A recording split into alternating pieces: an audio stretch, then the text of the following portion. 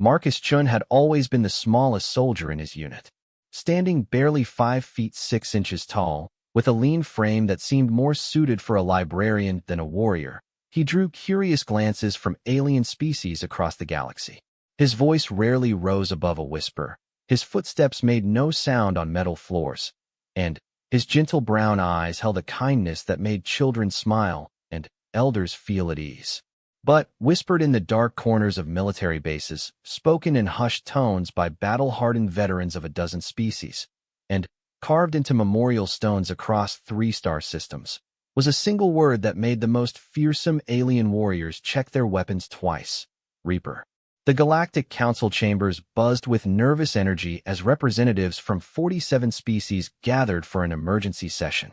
The massive crystalline structure floating in the void between stars had never hosted such a tense meeting. Admiral Vextar of the Hegemony Fleet, a towering reptilian being with scales that could deflect plasma fire, paced behind his delegation's seats. His tail scraped against the polished floor with each anxious step. "The human cannot be allowed to continue." Vextar's voice boomed across the chamber. 3 of our forward bases, gone. 17 ships, destroyed. Over 2,000 of our finest warriors, dead. All by one human. Ambassador Killin of the Ethereal Collective, her translucent blue form shimmering with concern, raised a delicate hand. "Perhaps we underestimated human capabilities. Their species only joined the galactic community 50 cycles ago." Underestimated. General Thog of the Stonehammer's clan slammed his massive fist on his desk, causing several smaller species representatives to jump. "This creature destroyed our most heavily fortified position on Kepler 7. Alone. In darkness. Without firing a single shot that our sensors could detect." The human ambassador, Dr. Sarah Martinez, sat quietly in her designated area. Unlike the towering aliens around her, she appeared almost fragile in the vast chamber. Her gray hair was pulled back in a simple bun, and her blue business suit seemed impossibly mundane compared to the elaborate armor and ceremonial robes of her counterparts. "If I may, Dr." Martinez said softly, her voice carrying clearly through the chamber's acoustics. "You declared war on Earth without provocation. You attacked our outer colonies. You killed our civilians. Did you expect us to simply surrender?" "We expected a civilized response," Vextar roared. Not this nightmare you've unleashed." Dr. Martinez's expression remained calm. "Marcus Chun is one soldier. A volunteer who asked to serve his people when they were threatened. Nothing more. Nothing more." The voice belonged to Commander Zeph of the Void Stalkers, a species known for their exceptional stealth capabilities. His 6 arms gestured frantically as he spoke. "This human moves through our ships like a ghost. Our best sensors cannot track him. He appears in secured areas that should be impossible to reach. He eliminates entire guard posts without triggering a single alarm. Our intelligence suggests he uses some form of unknown technology," added Science Director Quilanth, her insectoid features twitching with agitation. "No known species possesses such capabilities." Dr. Martinez shook her head. "Marcus uses standard human equipment. Nothing more advanced than what any of our special forces carry." The chamber erupted in protests and arguments. Species that had fought each other for millennia found themselves united in their fear of a single human.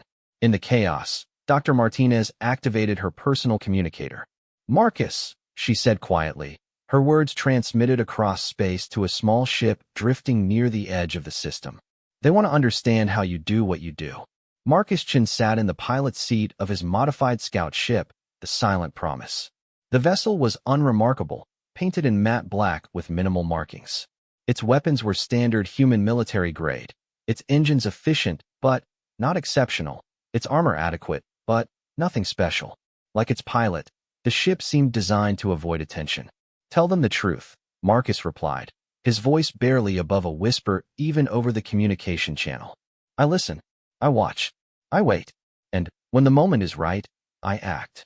3 days earlier, Marcus had received his mission briefing aboard the human flagship Endeavor. Admiral Rebecca Stone, a veteran of Earth's corporate wars, had looked uncomfortable as she handed him the data pad. "The hegemony has taken Kepler 7, she said. 5,000 human colonists. They're using them as shields for their new forward base. Intel suggests they plan to execute the civilians if we attempt a direct assault. Marcus studied the tactical data with the same intensity he might use to read a favorite book. The hegemony base was a fortress built into the side of a mountain, with overlapping energy shields, automated defense systems, and nearly 3,000 soldiers from 6 different species. Civilian extraction? He asked. Priority 1. The colonists are being held in the lower levels of the base, heavily guarded, but the hegemony considers them valuable leverage. Marcus nodded slowly. Timeline. Intelligence suggests they plan to begin executions in 72 hours to demonstrate their resolve. The Galactic Council is trying to negotiate, but you need an alternative, Marcus finished. Admiral Stone leaned back in her chair. Marcus, I've been in the military for 30 years. I've seen special forces operations, black ops missions, and things that officially never happened. What you do, I don't understand it.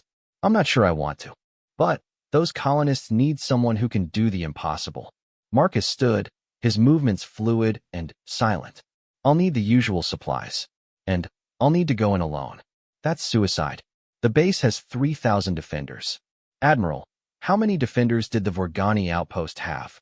2,000, but that was different. How many survived? Admiral Stone's jaw tightened. None. But, Marcus, they're calling for your head now.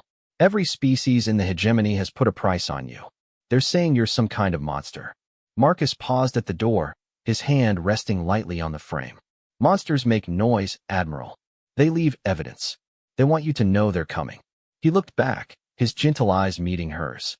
I'm just someone who pays attention. The journey to Kepler 7 took Marcus 18 hours in hyperspace. He spent the time in meditation, a practice he had learned from an old martial arts instructor back on Earth. The technique wasn't about combat. It was about awareness, about becoming so attuned to your surroundings that you could sense changes in air pressure, detect the faintest vibrations through solid surfaces, and read the emotional state of others through micro-expressions and body language. His ship dropped out of hyperspace at the edge of the Kepler system, far beyond the range of the base's sensors. Marcus engaged the stealth systems, not some exotic alien technology, but careful heat management, electromagnetic dampening, and positioning relative to the system's star to minimize his ship's signature. The base was exactly as intelligence had described, a massive structure carved into Mount Koros, its metallic surfaces gleaming in the light of Kepler Vi's twin suns. Energy shields shimmered around the perimeter, and patrol ships moved in carefully coordinated patterns through the surrounding space. Marcus spent 6 hours observing the base's routines. Guard changes happened every 4 hours with a 3-minute overlap where new and departing sentries would brief each other. Supply ships arrived twice daily, requiring temporary shield reductions to allow entry. Most importantly, the automated defense grid had a brief reset period every 24 hours, a 30-second window where the sensors recalibrated. He timed his approach for the reset window, bringing his ship in on a trajectory that would appear to sensors as space debris. The landing site he chose was a narrow canyon 2 kilometers from the base, hidden from direct observation and sheltered from energy signatures by the mountain's mineral composition. The moment his ship touched down, Marcus began his transformation. Gone was the quiet, gentle man who sat in council meetings and spoke softly to children. In his place was something that moved with the fluid precision of a predator, yet remained utterly silent.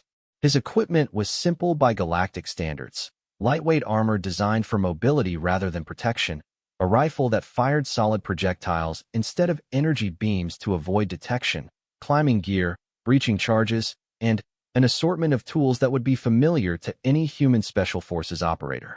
Nothing alien, nothing exotic, nothing that would show up on energy scans as anomalous technology. The approach to the base took Marcus 2 hours. He moved through the rocky terrain like a shadow, pausing frequently to observe and listen. Twice, hegemony patrol units passed within 10 meters of his position without detecting him. Their thermal sensors swept the area where he crouched, but Marcus's suit regulated his body temperature to match the surrounding rocks. The base's outer perimeter was protected by a series of guard towers connected by energy barriers. Marcus watched the guards for 30 minutes, learning their patterns, their communication protocols, and their alert responses. The Vorgani tower guards were methodical but predictable. Every 12 minutes, They would check their sectors in a clockwise pattern, spending exactly 40 seconds on each direction. Marcus chose his moment during a shift change. As the new guards settled into their positions and adjusted their equipment, he scaled the 40-meter tower wall on the structure's blind side. The metallic surface offered minimal handholds, but Marcus had trained on similar surfaces for years. His movements were economical, each placement of hand and foot calculated for both efficiency and silence. The guard platform held 2 Vorgani soldiers. They were impressive specimens, 3 meters tall, with natural armor plating and for arms that could wield multiple weapons simultaneously. Their hearing was acute, their reflexes fast, and their training thorough. They never heard Marcus arrive. The first guard collapsed without a sound, Marcus's hand precisely targeting a nerve cluster that would render the alien unconscious for several hours. The second guard had just enough time to turn before meeting the same fate. Marcus lowered both bodies gently to the platform floor, positioned them to appear as if they had simply fallen asleep at their posts, and activated their communication systems to transmit normal status reports. The infiltration of the base itself required Marcus to become something that existed in the spaces between observation. Security cameras swept corridors in predictable patterns, but they left narrow gaps in coverage, spaces where someone who understood angles and timing could move unseen. Sensor grids monitored for energy signatures and movement, but they were calibrated for known threats and could miss something that moved with perfect patience. Marcus spent 20 minutes studying the guard rotation schedule, accessed through a terminal in the tower. The colonists were held in detention level C, 7 levels below ground, and protected by multiple security checkpoints. The most direct route would take him through areas where detection was inevitable. Instead, Marcus chose to follow the maintenance shafts. The Hegemony's engineers had designed their base for efficiency and defense, but, like most military installations, they had relied on security through obscurity for their service areas.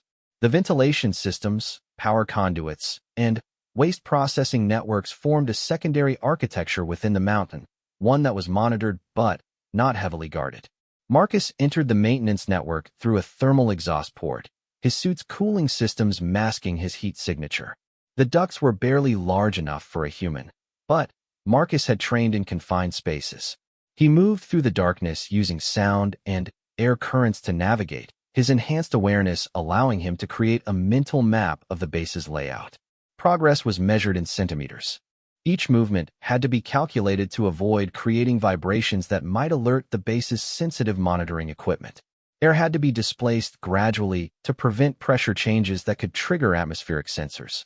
Even his breathing was controlled, shallow inhalations and exhalations that wouldn't create detectable gas mixture variations. After 4 hours of careful movement, Marcus reached the vicinity of detention level C. Through a ventilation grate, he could observe the main holding area. 50 human colonists sat in a large chamber, their faces showing the strain of captivity, but not despair. Guards from 3 different species, Vorgani, Esikatar, and Hegemony humans who had sided with the Alien Alliance, maintained watch from positions around the chamber. Marcus spent another hour observing the security procedures. The guards rotated positions every 30 minutes, but maintained overlapping fields of view.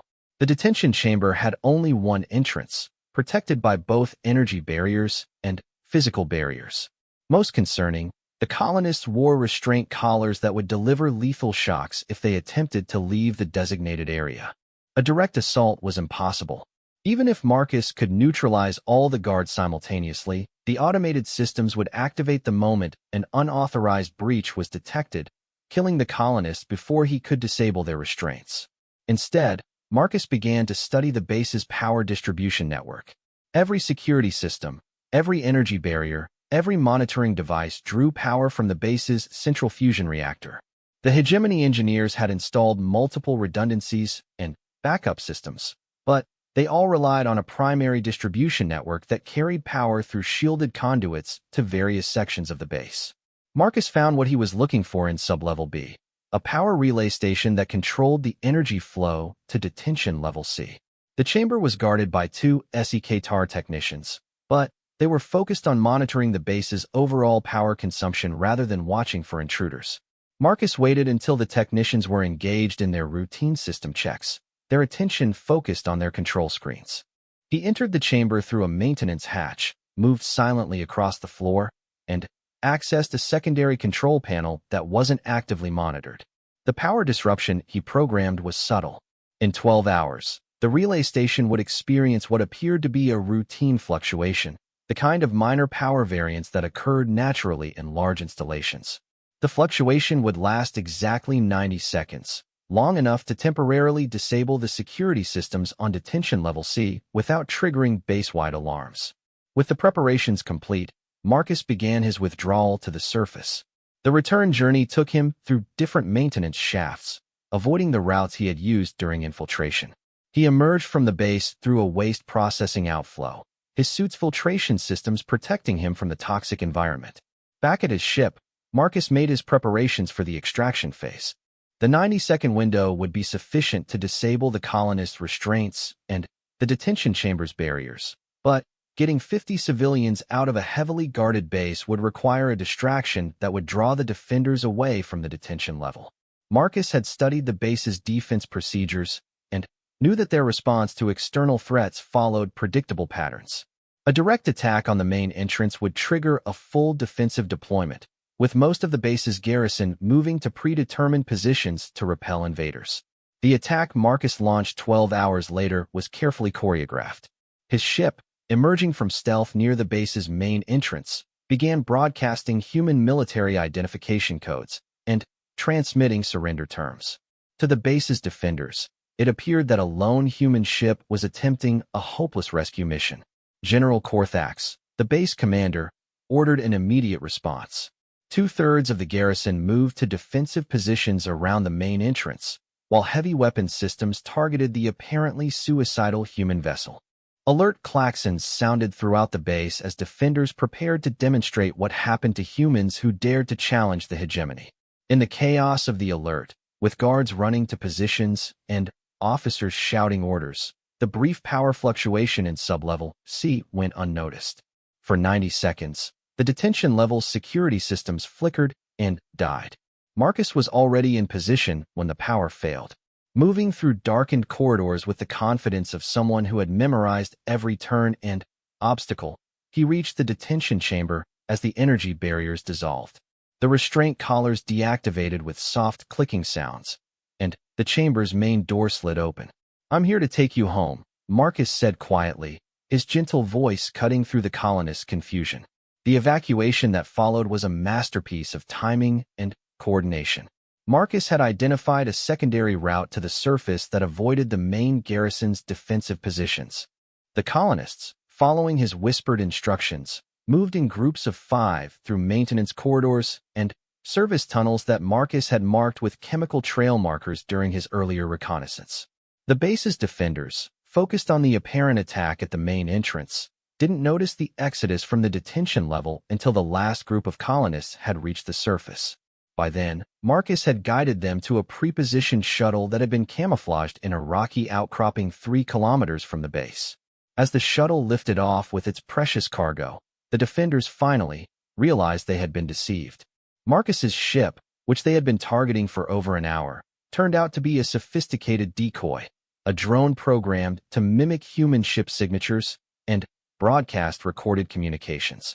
The real Marcus Chun was already aboard the departing shuttle, but he wasn't finished with the base. The hegemony forces had committed war crimes by targeting civilians. Under the laws of war recognized by the Galactic Council, such actions warranted appropriate response. Marcus had documented the illegal detention of the colonists, recorded evidence of planned executions, and confirmed that the base was being used to coordinate attacks on other human settlements. As the shuttle cleared the planet's atmosphere, Marcus activated the devices he had placed throughout the base during his infiltration. The charges were small and precisely positioned, designed not to kill but to cripple. Power relays exploded in carefully timed sequence, plunging the base into darkness. Communication arrays collapsed, cutting off contact with Hegemony Command. Weapon systems overloaded, rendering the fortress defenseless.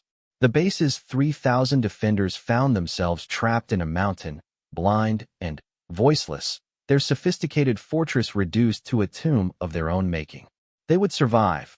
Marcus was not a monster. But they would spend days in darkness, contemplating the ease with which their impregnable fortress had been turned against them. News of the Kepler-7 extraction spread quickly through both human and alien networks. The tactical impossibility of what had been accomplished sparked debates among military strategists across the galaxy. How had one human overcome 3,000 defenders? What exotic technology had he employed? What superhuman abilities did humans possess that other species lacked? The truth, as Dr. Martinez tried to explain to the Galactic Council, was far simpler and far more terrifying than exotic technology or superhuman abilities. Marcus Chin succeeded because he understood something that technological civilizations often forgot. The most sophisticated systems were operated by living beings, and living beings had patterns, habits, and limitations that could be observed and exploited. He moved quietly because silence was often more effective than force. He spoke softly because gentle words could accomplish what threats could not. He waited because patience was a weapon that few enemies could counter. But the galaxy had given him a different name, one that echoed in the nightmares of hegemony soldiers and made entire fleets hesitate before engaging human forces. They called him the Reaper, and that name carried the weight of fear earned through impossible victories and bloodless conquests. It was a name that suggested death walked among the stars wearing a human face, striking without warning and leaving only empty bases and broken defenses in its wake. Marcus Chun, sitting quietly in his ship as it carried the rescued colonists toward safety, simply saw himself as a soldier doing his duty. The galaxy could call him whatever it chose. Names were just words, and words had power only when people chose to believe in them. But as hegemony ships began to retreat from human space, their crews whispering stories of the ghost who walked through walls and struck like divine judgment, it became clear that sometimes the right words could end wars without firing a shot. The Reaper had spoken, and the galaxy was listening. The Obsidian fleet hung in space like a collection of black daggers pointed at Earth's heart. 73 ships from 12 different species, each vessel representing the finest military technology their civilizations could produce. At the fleet's center, the massive dreadnought Eternal Dominion served as flagship for the most powerful military alliance the galaxy had ever seen. Admiral Vextar stood before a holographic display showing the approaching human fleet. 26 ships, led by the aging battlecruiser Endeavor, a force that seemed pathetically inadequate to face the assembled might of the Obsidian fleet. Yet the reptilian commander's clawed hands trembled as he studied the tactical readout. Human vessels holding position at maximum engagement range, reported Commander Zeph, his 6 arms working multiple control stations simultaneously. They appear to be waiting for something. They're waiting for him, growled General Thog, his massive stone-like fists clenched. The Reaper is out there somewhere. The Alliance had been formed in desperate response to what the human they called the Reaper had done to their forces. Base after base had fallen to impossible infiltrations. Supply convoys had vanished without distress signals. Elite commando units had been found unconscious in their own secure facilities, their memories of the previous hours mysteriously blank. The psychological impact had been devastating. Soldiers trained from birth for warfare found themselves checking shadows and starting at unexpected sounds. Elite units requested transfers rather than face potential deployment against human targets. 3 separate species had attempted to withdraw from the war entirely, claiming their forces were needed for domestic security. The Galactic High Command had finally decided on a decisive response. They would demonstrate that no single human, no matter how skilled, could stand against the combined might of galactic civilization. The Obsidian fleet represented over a century of military development from the galaxy's most advanced species, crews trained to counter every known human tactic, and enough firepower to crack planets. Sir, reported Science Officer Quillenth, her insectoid features twitching with nervous energy. Long-range sensors show no sign of anomalous readings in this system. Whatever stealth technology he uses isn't affecting our detection grids at this range. Admiral Vextar's tail lashed behind him. He doesn't need stealth technology at this range. He needs to get aboard one of our ships first. The plan was simple in concept. Force a direct fleet engagement where human stealth tactics would be useless. In the vacuum of space, with energy shields and overlapping sensor coverage, even the Reaper couldn't board a ship without detection. The battle would be decided by firepower and tactics, not by individual infiltration missions. What the Obsidian Fleet's commanders didn't understand was that Marcus Chun had never limited himself to any single approach to warfare. 3 days earlier, Marcus had stood in the briefing room aboard the Endeavor, studying the intelligence reports on the approaching alien fleet. Admiral Stone sat across from him, her weathered face showing the strain of commanding a force that seemed impossibly outmatched. 73 ships, she said. Combined firepower equivalent to everything we brought to the Battle of Proxima, plus 40% more. Their shields can absorb direct hits from our heaviest weapons, and their coordination algorithms are based on combat data from 16 different species. Marcus nodded slowly, his gentle eyes fixed on the tactical display. Command structure? Admiral Vextar commanding from the Eternal Dominion. He's considered one of their finest strategic minds. The fleet includes elite units from the Voidstalkers, Stonehammers, and Shadow Fleet. They've specifically trained to counter what they know about human tactics. What do they know about human tactics? Admiral Stone activated a secondary display showing intercepted alien communications. They believe we rely on superior technology, enhanced physical capabilities, or some form of exotic stealth system. They've designed countermeasures for energy-based infiltration, dimensional phasing, and temporal manipulation. Marcus almost smiled. They've prepared for science fiction. Marcus, this isn't like your previous missions. You can't infiltrate an entire fleet. Even if you could board one ship, they'd simply destroy it before you could affect their overall combat capability. Marcus stood and walked to the display, his movements creating no sound on the metal deck. He studied the fleet composition with the same intensity he brought to reading enemy base layouts. Admiral, what's the most important component of any fleet? Firepower? Shield strength? Maneuvering capability? Communication? Marcus said softly. Every ship in that fleet has to coordinate with every other ship. They have to receive orders, report status, and share targeting data. All of that requires communication networks. Admiral Stone leaned forward. You want to disrupt their communications? I want to become their communications. The plan Marcus outlined over the following hours was unlike anything in standard military doctrine. It required precise timing, detailed knowledge of alien communication protocols, and a level of psychological manipulation that went far beyond conventional warfare. Most importantly, it required Marcus to position himself not on an enemy ship, but in a location where he could observe and influence the entire fleet simultaneously. The asteroid field at the edge of the system provided the perfect cover.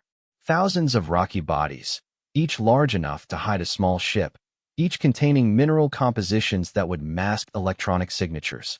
Marcus positioned himself in a hollowed-out asteroid roughly the size of a city block, equipped with communication equipment that had been carefully modified to mimic the transmission characteristics of various alien species. The setup had taken 2 weeks to complete. Marcus had worked alone in the asteroid, using mining equipment to carve out chambers and install the communications gear. The work was tedious and dangerous, but it allowed him to create something no military commander would expect: a single-person command center capable of monitoring and manipulating an entire fleet's communications network. As the Obsidian fleet took up battle formation, Marcus activated his equipment. Passive sensors began monitoring every transmission between alien ships, mapping their communication protocols and identifying command frequencies. The aliens used sophisticated encryption, but Marcus wasn't trying to break their codes. He was learning their patterns. Every military force developed habits in communication timing, frequency usage, and message structure.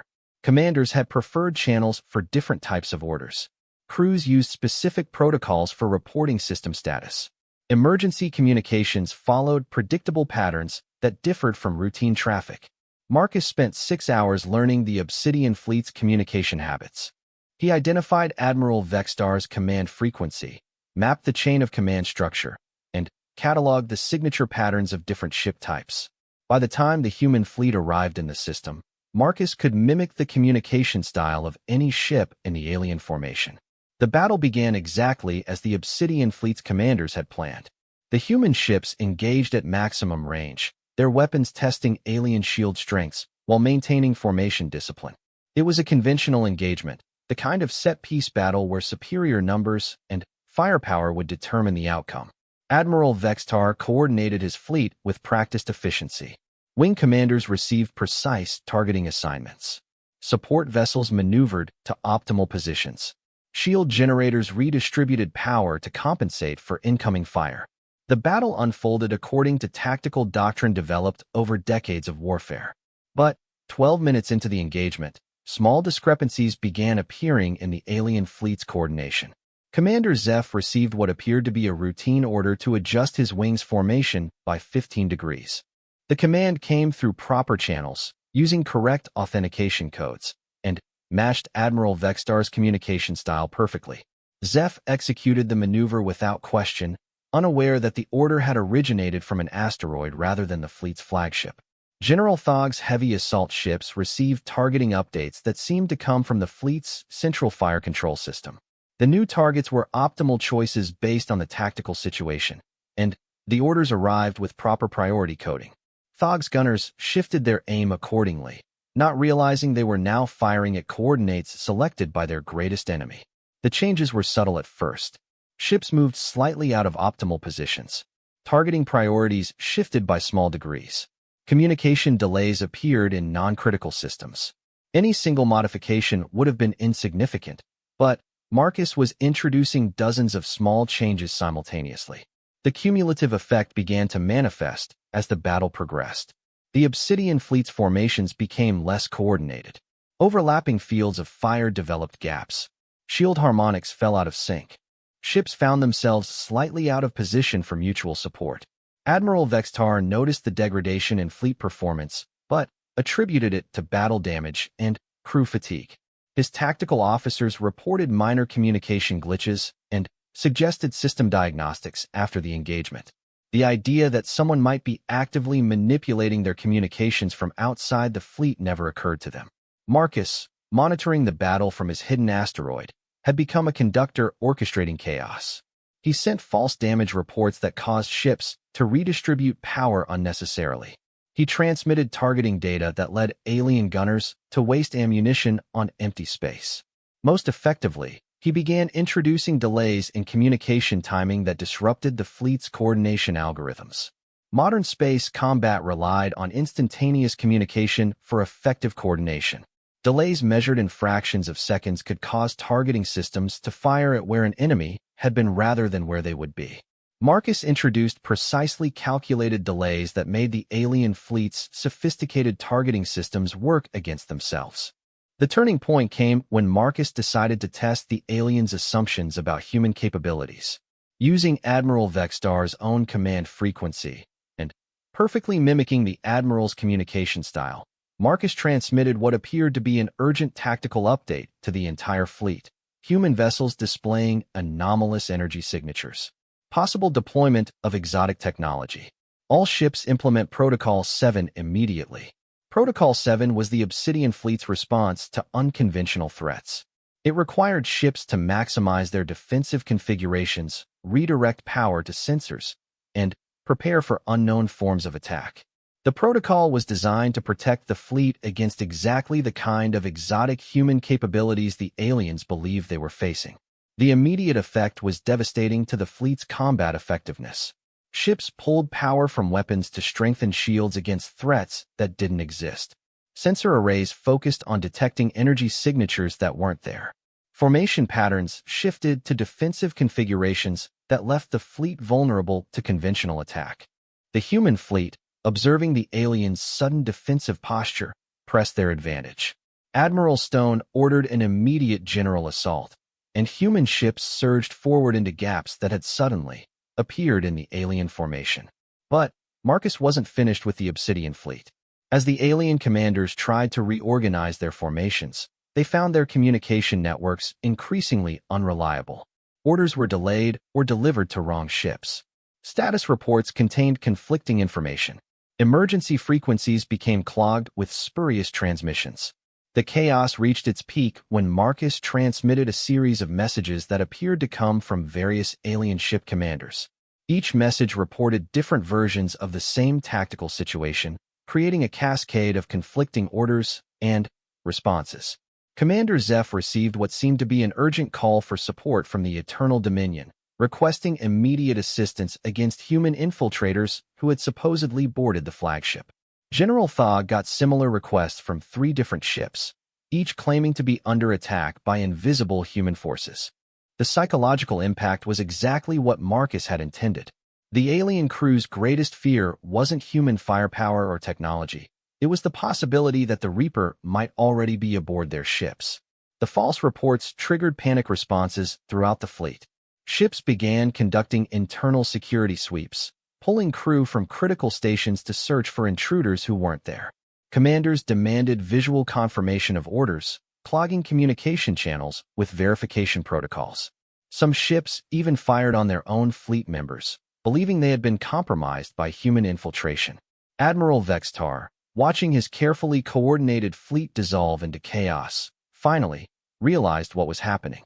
The Reaper wasn't aboard any of their ships. He was in their communication system, turning their own coordination networks against them. Cut all external communications. Vextar roared. Emergency protocols only. Local ship control. But the order came too late. Without coordination, the Obsidian fleet became a collection of individual ships rather than a unified force. The human fleet, working in perfect coordination, began systematically engaging isolated alien vessels. Marcus, observing the fleet's dissolution through his monitoring equipment, transmitted one final message on Admiral Vextar's command frequency.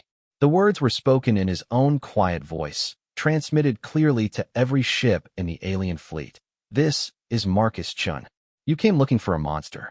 You found a man who pays attention. Your crews are brave, and your ships are powerful, but you're fighting an idea rather than an enemy. Stand down now, and no one else has to die. The response was immediate. 3 alien ships powered down their weapons and began broadcasting surrender signals. Others hesitated, their crews suddenly, understanding that they had been outmaneuvered by psychological rather than technological warfare. Admiral Vextar, his pride warring with his responsibility to his crews, stared at the tactical display showing his scattered fleet. The human ships had ceased firing, giving the aliens time to consider their options. Sir, reported Commander Zeph quietly, we've lost 17 ships without destroying a single human vessel. Our formation is completely disrupted. If we continue fighting, Vextar's clawed hand hovered over his command console. He could order a final assault, demanding his crews die gloriously in battle against the legendary Reaper. Or he could accept that they had been defeated by an enemy who understood warfare in ways they had never considered. All ships, stand down, he commanded finally. Cease offensive operations and prepare for withdrawal. The Obsidian fleet's retreat marked the first time in galactic history that a technologically superior force had been defeated without conventional military engagement. Marcus Chun had won a fleet action without firing a shot, destroyed enemy coordination without damaging a single ship, and demonstrated that the most advanced technology was vulnerable to someone who understood the psychology of its operators.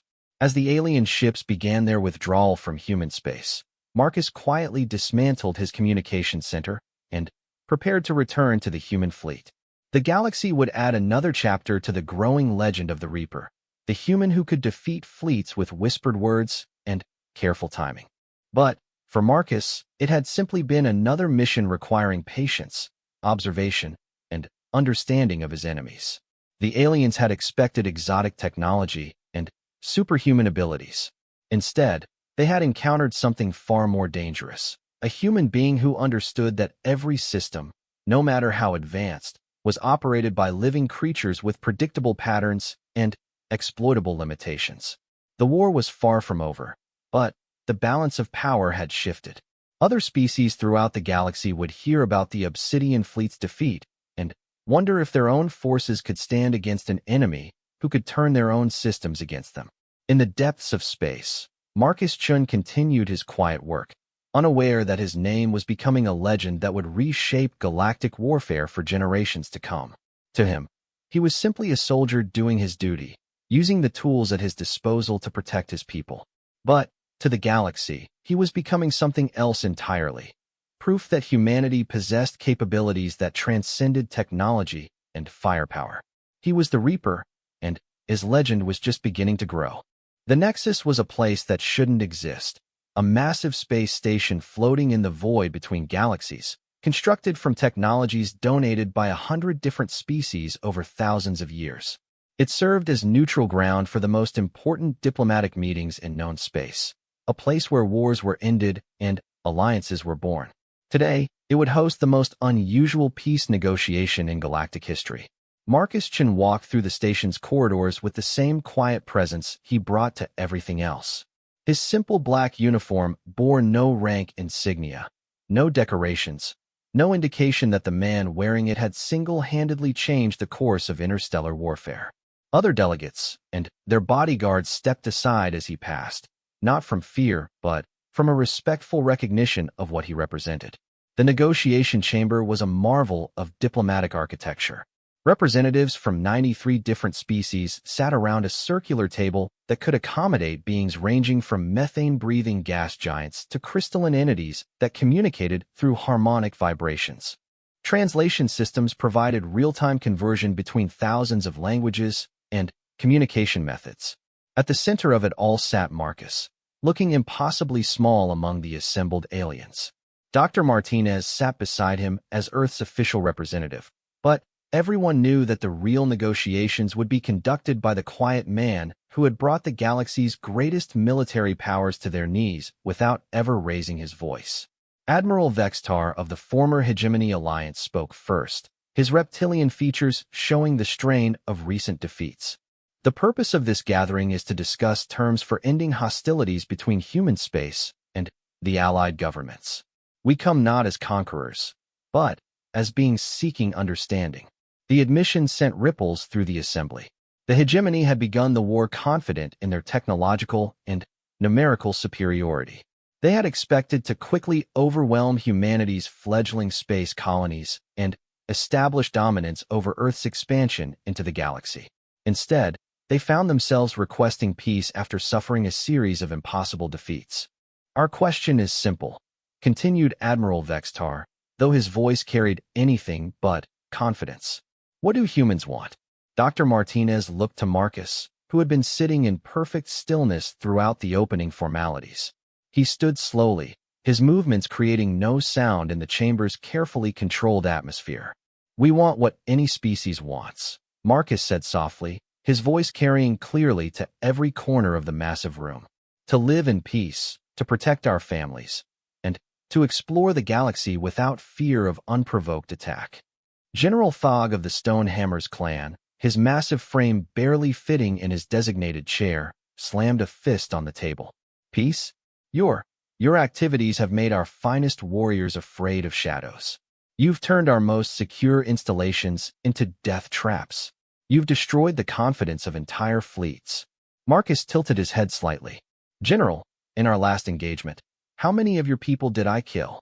The question hung in the air like a challenge. Thog's jaw worked silently for several moments. None, he admitted finally. But you could have. Yes, Marcus agreed simply. I could have. Every base I infiltrated, every ship I boarded, every position I compromised. I could have left bodies behind. Instead, I left sleeping soldiers and disabled equipment. The choice to kill or not to kill was mine to make. I chose not to kill. Science Director Quillenth leaned forward, her insectoid features betraying confusion. But why? In war, enemies are eliminated. It's the most efficient solution. Because, Marcus replied, war should be about achieving objectives, not about killing for its own sake. My objective was to protect humanity and stop your attacks on our civilians. I achieved that objective. Commander Zeph of the Void Stalkers gestured with all 6 arms. Your methods, they're impossible.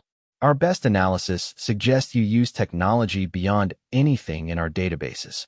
Yet your own people claim you use only standard equipment. Marcus nodded slowly. Commander, may I ask you a question about your species' natural abilities? Of course.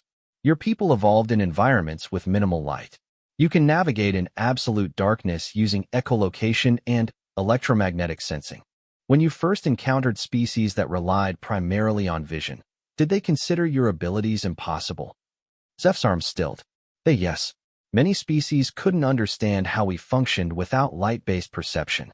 Yet you weren't using exotic technology, Marcus continued. You were using abilities that evolved naturally in your environment. Humans evolved in environments that required different survival skills. We learned to read the emotional states of other humans through micro-expressions. We developed pattern recognition that could track threats through complex terrain. We created social structures that required understanding individual psychology within group dynamics. Dr. Martinez activated a holographic display showing human evolutionary history. For millions of years, human survival depended on understanding other humans. Reading intentions, predicting behavior, recognizing deception, these became fundamental survival skills. We didn't develop advanced technology until very recently in our evolutionary timeline. Instead, we developed advanced understanding of living beings. The assembled delegates watched in fascination as the display showed human social evolution. Hunter-gatherer societies that survived through cooperation and threat assessment. Agricultural civilizations that required understanding of group dynamics and resource management. Industrial societies that demanded coordination of millions of individuals working toward common goals. You're saying, Admiral Vextar said slowly, that what we consider impossible infiltration techniques are actually the result of evolutionary adaptation? Marcus nodded. Admiral, your species evolved in environments where individual strength and technological superiority determined survival. Your military tactics emphasize firepower and direct confrontation because those approaches worked for your ancestors. Humans evolved in environments where understanding and manipulating social systems was necessary for survival. Science Director Quillantha's features twitched rapidly. But the technological aspects, your stealth systems, your communication intercepts, standard human military equipment, Dr. Martinez interjected. Nothing more advanced than what any human special forces unit carries. The difference is in how the equipment is used. Marcus doesn't rely on his technology to make him invisible. He uses it to enhance his natural ability to move undetected. General Thog leaned back in his chair, the massive piece of furniture creaking under his weight. So you're saying that every human possesses these capabilities? To varying degrees, Marcus replied. Just as every member of your species possesses natural armor plating, but not every individual becomes a warrior. Humans have different aptitudes for different skills. Some excel at pattern recognition, others at emotional intelligence, some at coordination and timing. Marcus activated his own display, showing human military training programs. What you call impossible, we call advanced training. Human special forces spend years learning to enhance their natural capabilities. We train observation skills until we can detect micro changes in air pressure that indicate movement. We develop timing capabilities that allow us to coordinate actions with precision measured in milliseconds. We practice patience until we can remain motionless for hours while maintaining complete awareness of our surroundings. Commander Zeph stared at the training footage. But the psychological effects, the way your mere presence has affected our troops' morale, that, Marcus said quietly, is the result of stories you tell yourselves. You created the legend of the Reaper. You attributed supernatural capabilities to someone using natural skills. Your own troops' fear came from their inability to understand something that was actually quite ordinary. The chamber fell silent as the assembled delegates absorbed the implications. The great terror that had brought the galaxy's military powers to the negotiating table wasn't exotic technology or superhuman abilities. It was the application of naturally evolved human skills enhanced by training and applied with intelligence and patience. There's something else, Dr. Martinez said, activating another display. Something that might interest this assembly. Marcus isn't unique among humans. He's exceptional, yes, but he represents capabilities that exist throughout our species. The display showed human populations across Earth's colonies. Scientists whose pattern recognition allowed them to solve complex problems by observing subtle relationships.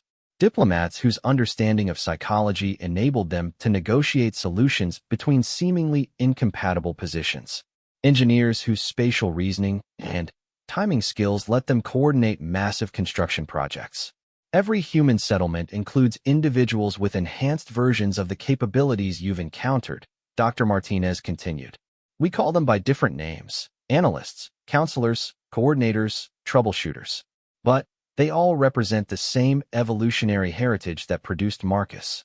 Admiral Vextar's clawed hands gripped the edge of the table. You're saying that every human colony potentially contains individuals with abilities similar to his? Not similar, Marcus corrected gently. Different applications of the same underlying capabilities. A human scientist might use pattern recognition to unlock the secrets of physics. A human artist might use emotional intelligence to create works that speak to universal experiences. A human teacher might use social understanding to help individuals from different species learn to work together. The implications were staggering. The assembled delegates had come to negotiate with what they believed was a unique threat, a single human with impossible abilities. Instead, they were learning that Marcus represented naturally occurring capabilities distributed throughout the human population. Science Director Quillenth broke the silence.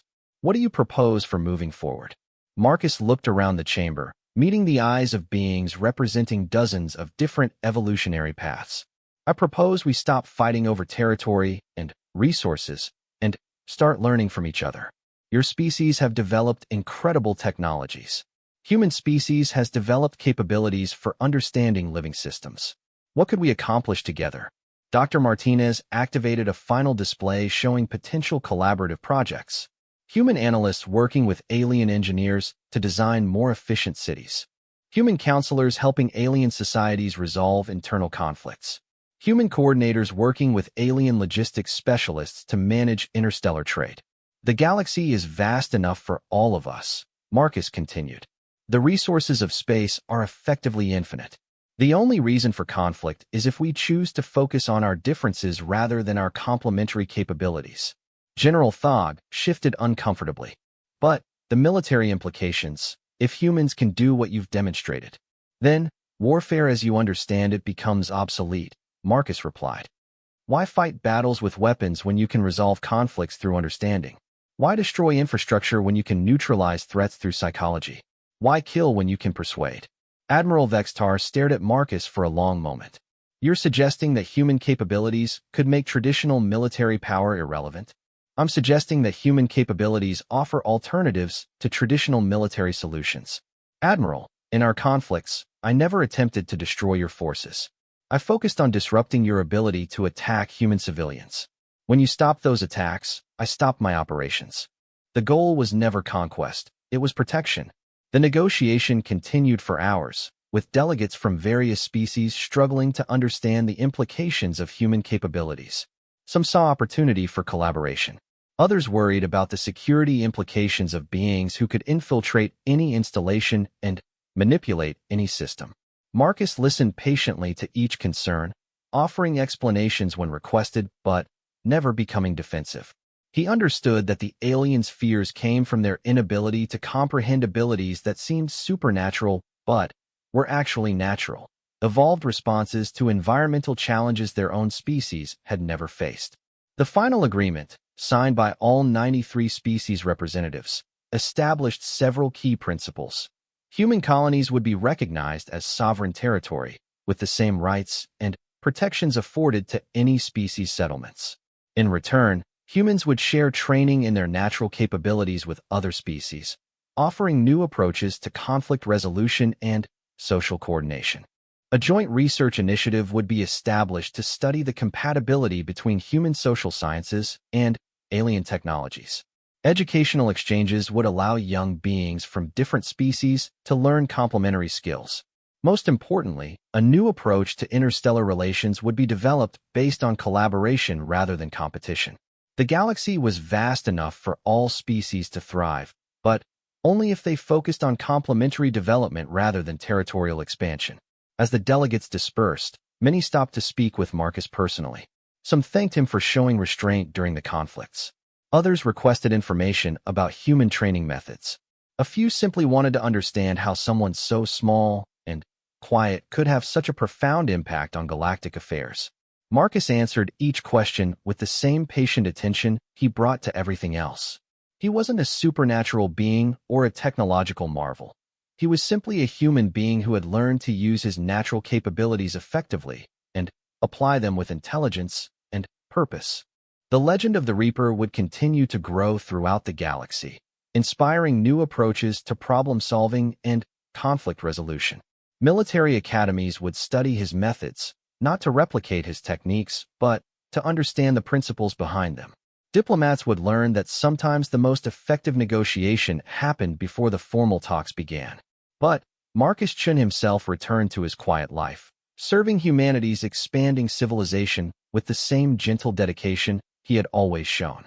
He spoke softly and moved quietly, not because he was mysterious or supernatural, but because he understood that sometimes the most profound changes came from the smallest actions applied at exactly the right moment.